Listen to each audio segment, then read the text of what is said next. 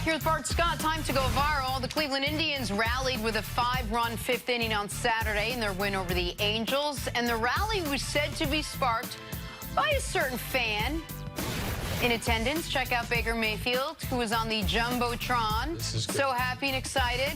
Took his protein shake. Oh, that's not enough. Watch, here's another protein shake. Take that, Aaron Rodgers. What? Why I don't know. Growling? I think in my head that sounded like. And why'd you call those Miller Lights protein shakes? That's a delicious American lager right there. Good. Well, that's the best beer chug we've seen, and it got the crowd fired up. Full he had body. to bite into that. Bit into it. It's all fun and games, so you cut your gums. Yeah, that's fair enough. You sound like such an old man really today. Cool. That was really cool. Yeah. I wouldn't drink beer once in my life. Why? For charity. Why? I mean, why waste time? Give me some alcohol. Give me some real start stuff. out even like as no warm up. A teenager, you did drinking beer. You start off with liquor. Start off drinking some Hennessy. No, I ain't had my first drink until I was like 22. Oh, okay. This guy learns something new about Bart Scott every day. I like Where? Yeah. Still is. All right, moving on. Man, Jenna like a drink now. Jenna can drink. No, she cannot drink. She just drinks. She doesn't drink. Do that with your Mick Ultra, Jen. It is not a Milk Ultra, it's a Bud Light Orange. Oh. Moving on, Tom Brady's new contract extension may indirectly help the Cowboys. Dallas trying to get a deal done with Dak Prescott. And with Brady taking less money than he could have, the Cowboys have an example of great quarterback sacrificing to win Super Bowls. Important to note, Dak Prescott is not, I repeat, not married to a supermodel who makes $20+ million per year. Jerry Jones thinks that Dak and Brady got a lot in common. Take a listen to this. It is the best example of what you can do with a quarterback that has leadership and skills and work ethic. And Brady is all of that. And without saying something Dak doesn't want me to say, Dak enjoys many of those same kinds of skills. And they came from about the same place in the race, from the back of the pack. And so that's what interests me about here he is 2 years later, if only that could happen. You don't think about that Brady team-friendly deal, too? About Brady's team-friendly deal, too? Well, we won't get into that. Listen, on the sliding scale of eye rolls, I think Bart Scott has him one, coming in at an 11. Bart? I'm just saying, let's understand who Jerry is, and, you know, he's trying to lift his quarterback up. And listen, I'm not here to talk about Dak Prescott, because after my comments last week, I'm not a Dak Prescott hater. I just know what I'm looking at, because I've been around great quarterbacks, and intangibles are fine. But he lacks the elite arm strength, and he lacks, to me, I feel like the accuracy that he needs to be a tremendous quarterback. Now, can he grow into a better quarterback? Yes. But come on, Tom Brady, you're going to compare him to the best quarterback in the game? I mean, he hasn't even got to Russell Wilson level. He hasn't even got to Alex Smith level yet. Now, will he get there? Maybe. But Jerry's trying to give him all his flowers so he can say, hey, man, listen, you live here in Dallas. There's no state taxes. You know, give us a little, take a little cheese off the taco so we can go out and pay everybody else. If Dak's going to fall for it, maybe. This is Dak's best opportunity to get longevity. And it is something to be said if he takes less money, if he plans on being there for the next 13 years. But if he decides to take $30 million, I don't know if he can live up to that contract. Let's talk about a quarterback I think that his skill set might be comparable to. What about Mark Sanchez? Damn. You know about Mark Sanchez. Yeah. All right? Won some games with a great it's all good defense. What he said. But when I said, I'm crazy. I'm crazy when I said, man, oh, man. This your show, though, bro. I mean, but if he had said that, and there's a chance he could be Tom Brady-ish, where he can win with the team around him.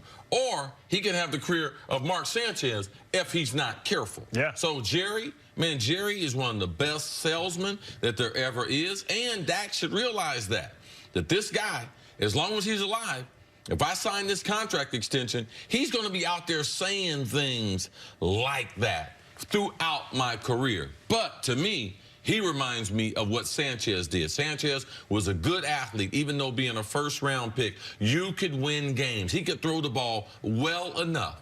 And then after about 3 or 4 years, people understood he wasn't going to run with the football. Yep. They start getting a book on him. They start playing cover. Couldn't throw left. Yep. They start playing cover 2, forced him to his weakness. And next thing you know, he's a backup. Next thing you know, he's out the league. So, Dak, be careful. You know, I tell young players, don't listen to people when they're stroking you, man. Don't listen to them when they're trying to rub you back. Be like, oh, man, he's this, he's this. These are the things you need to develop into. I believe he is a good leader. I do believe you can win a lot of football games. But I believe that Dak has to be able to run the ball and stay a dual threat for him to be effective. I don't believe that he can survive at this point in his career, dropping straight back 40 times and going to deliver the ball from the pocket. All right, so 2 things. One is, and in Dak's defense, Sanchez never had the season like he had in 2016. Sanchez never had, no, he did not. Sanchez never had a year individually statistically. I know he made it to 2 conference championship games, won 4 road playoff games. I understand all of that. But as far as regular season, week in, week out success, he never showed that level. But now let's talk about Brady for a second. Because I understand Brady, when he first came into the league, was not the thrower of the football that he is now. Nobody would say he is.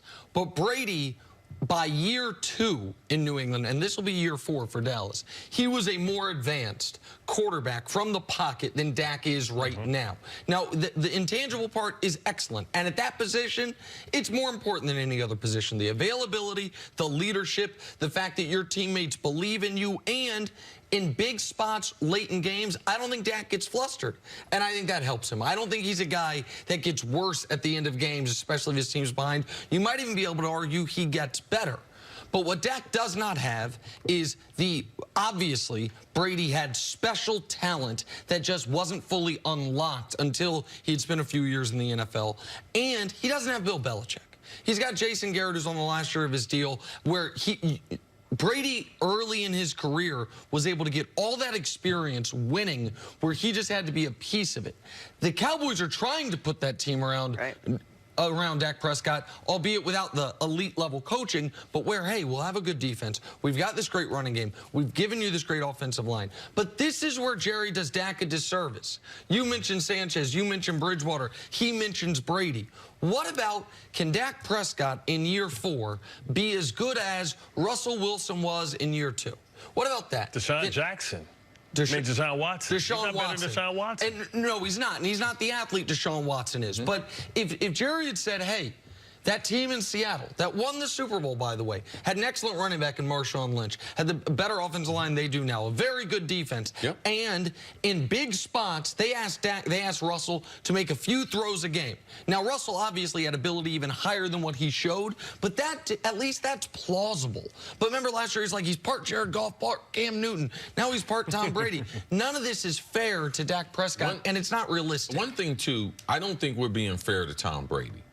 If Jared Goff continues to develop under the coach, that coach can take credit. But we need to stop giving Belichick credit for Tom Brady developing his arm.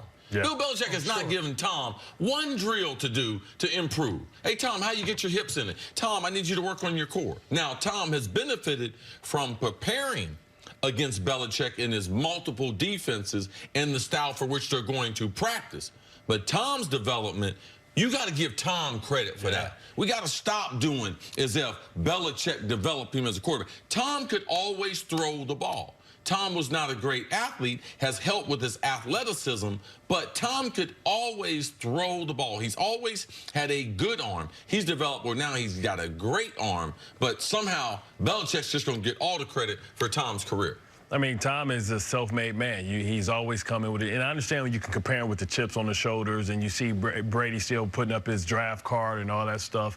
But, you know, he's a special type of player. He's a special type of person. And for him to be able to still play at this high level, you have to give him the credit for what he's done in the offseason to plug in all the holes in his game, being able to be more of a leader. He's so accurate, you know, not athletics, but still having a pocket presence, being able to step up, step out, and be able to elude pressure. Mobile in the pocket. Right. And and when I think about him and I think about Peyton Manning, it's about their ability to recognize and remember and pull up that data of what you've done and being able to see your tendencies leaning on your feet. Those are the things that make him great. It's the little things, being able to catch you when you have 12 men on the field, being able to change the pace like a great pitcher. They throw it up, they throw it down, they throw it away, they throw you inside. He's going to keep you off pace. He's going to go cycle time. He's going to go no huddle. He's going to keep you off balance. He's going to smoke you out. Those are the things that make him great. That's what greatness is, doing the little things, making them look routine.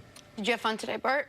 I did. Okay. Welcome back, C. I'm glad you said it. You can add him. Don't add me about Dak. I don't want to hear that. Got time. Coming up, what on earth is going on with Antonio Brown's feet? Next on First Things First, we get to see those again. That's what I'm talking about, Seth.